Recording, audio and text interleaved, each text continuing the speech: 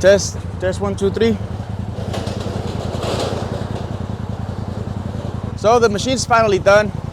We did a motorized windshield. It's electric.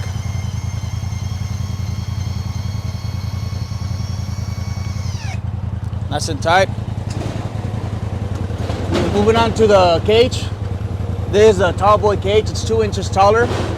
Milwaukee. Boxes. Spare tire carrier. We got the tree kickers.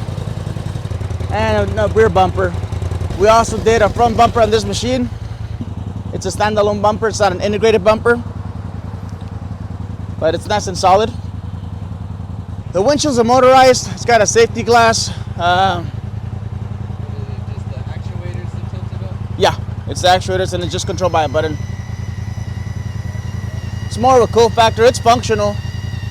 Just advise, don't drive on it. Don't drive while it's all the way up. Might put some extra tension on it. We finished off the cage with one of our rigid radiance slide bars.